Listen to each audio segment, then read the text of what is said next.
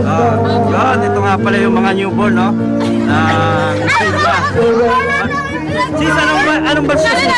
Anong batch nyo? Goldilocks! Yan, Goldilocks. Tatanungin ko lang kayo, ha? Tatanungin ko lang kayo.